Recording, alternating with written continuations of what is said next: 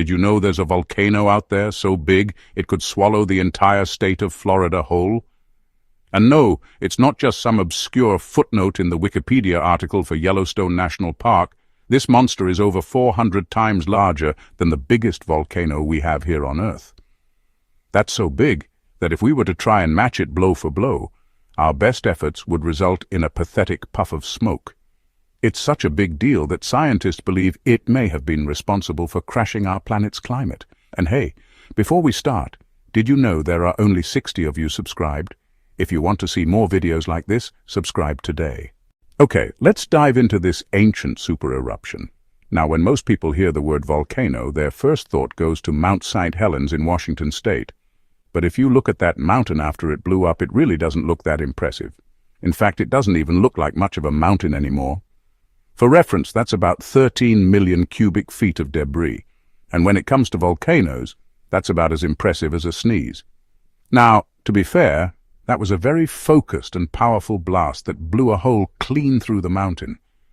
But compared to the largest volcano ever recorded on Earth, even that looks like child's play. We call that monster the Toba Supervolcano, and it sits in Indonesia between the islands of Sumatra and Java. And if you're curious what that name means, no, it's not named after a character from Lord of the Rings. Instead, it's named after the lake that sits inside its gigantic crater.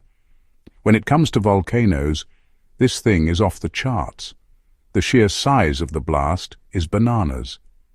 At its peak, the column of ash shot up over 80 kilometers into the atmosphere, which is about 50 kilometers higher than Mount St. Helens. That's so tall that it makes the Burj Khalifa look like a toothpick. To put it another way, that's about 10 Eiffel Towers stacked on top of each other. It was so big that researchers could measure the volume of the eruption using satellite imagery. They calculated the amount of material ejected during the initial explosion and found it to be around 2,800 cubic kilometers.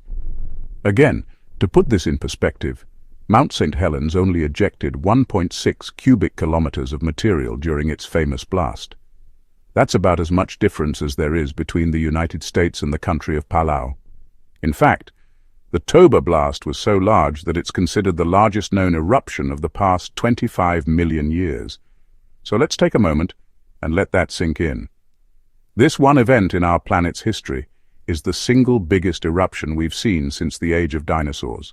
In total, the eruption ejected an estimated 3,000 cubic kilometers of material, and that number alone doesn't sound all that big. After all, the United States is over 9 million cubic kilometers in volume. So how bad could a volcano that small be? Well, let me put it this way.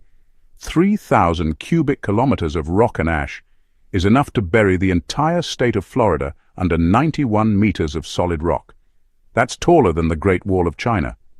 But that's just the tip of the iceberg, because the blast was so powerful that it also created a massive tsunami. This wave of water was between 30 and 100 meters tall, and it barreled across the Indian Ocean toward the Indian subcontinent. That wave alone is estimated to have killed thousands upon thousands of people. But that wasn't the end of it. You see, volcanic eruptions can do more than just burn entire cities to the ground or knock out major power grids. In fact, they can change the climate of our entire planet. How does a volcano do that? Well, to answer that question, let's go back to that explosion itself. When the massive blast occurred, it shot tons of debris high into the atmosphere.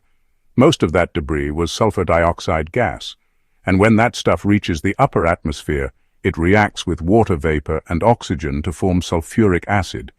Then those droplets of acid float around the globe, reflecting sunlight back into space. That's why after the eruption, global temperatures dropped by as much as 6 degrees Celsius. And don't think that sounds insignificant. When you're dealing with the average global temperature, a few degrees can mean the difference between a light jacket and a parka.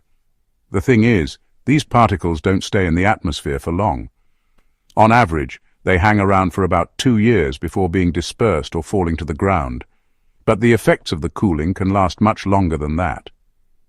For example, one study claims that the Toba eruption caused monsoon patterns in India to fail for up to a decade after the initial blast. Others say that the timing of the eruption may have coincided with a period of intense drought in East Africa, which led to the extinction of several archaic human species. Of course, this isn't the first time something like this has happened. Scientists are pretty sure that something similar took place around the same time in New Zealand, and a few centuries ago, a smaller version of the same thing is believed to have led to the Little Ice Age.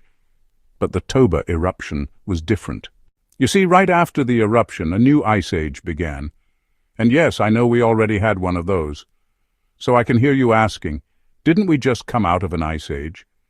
And to that I ask, what? You trying to trap me in some kind of logic box? But the thing is, we haven't fully come out of it yet. As a matter of fact, according to the Intergovernmental Panel on Climate Change, we're currently living in the Holocene, which is an epoch within the Quaternary Ice Age. And if you need further proof that we're still in an ice age, just take a look outside sometime. Every year, millions of glaciers advance around the world. They carve valleys into mountains, they grind down rocky terrain, and they turn entire forests into hanging gardens. What's happening? Well, it's pretty simple. Throughout most of the Quaternary Ice Age, Earth's average temperature has been dropping, and when that happens, more water vapor gets locked away as ice, which leads to slightly less water vapor in the atmosphere. Less water vapor means less heat is trapped, which causes the planet to cool.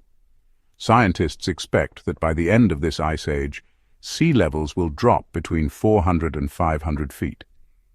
So maybe you should consider investing in some real estate on the coast, assuming your house doesn't get swallowed whole by the ocean first.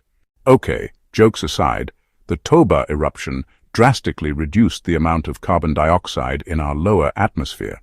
It also lowered atmospheric water vapor and increased the amount of sulfate aerosols. That reduction in carbon dioxide is believed to be partly responsible for the ice age we're in today. And while humans likely won't go extinct because of it, many scientists believe it played a significant role in the evolution of our species. Without the pressure of a quickly changing environment, humans would have been able to spread out across the planet and adapt to different climates without the same level of urgency. Because of this, some experts believe that, without the Toba catastrophe, Homo sapiens might not have become the dominant species on Earth. But the thing is, that's just a theory. Of course, it's the prevailing theory, but it's still just a theory. There are others who disagree and say that the Toba eruption actually helped us. Their argument is that it cleared out many of our competitors and allowed us to thrive. In either case, it's undeniable that the Toba eruption had a profound effect on the future of life on Earth. Some scientists even say that it was responsible for wiping out modern humans along with Neanderthals and Homo erectus.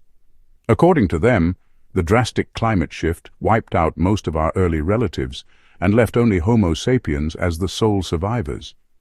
But again, that's just a theory, albeit one that's supported by quite a bit of evidence. The thing is, regardless of whether the eruption helped us or hurt us, it certainly left its mark on our history. There are even genetic markers in our DNA that show signs of the eruption, suggesting that there was a sudden population bottleneck around the time it went off. The bottom line is that the Toba supereruption changed the planet in ways that we're only beginning to understand. Even though it happened more than 70,000 years ago, we're still living with the consequences of that single event. Some scientists say it almost caused an ice age, while others say it helped push our ancestors to the top of the food chain.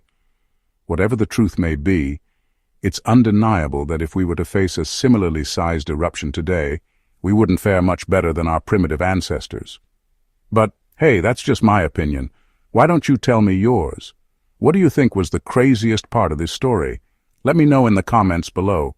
As always, everyone, thank you so much for watching, and I'll see you next time.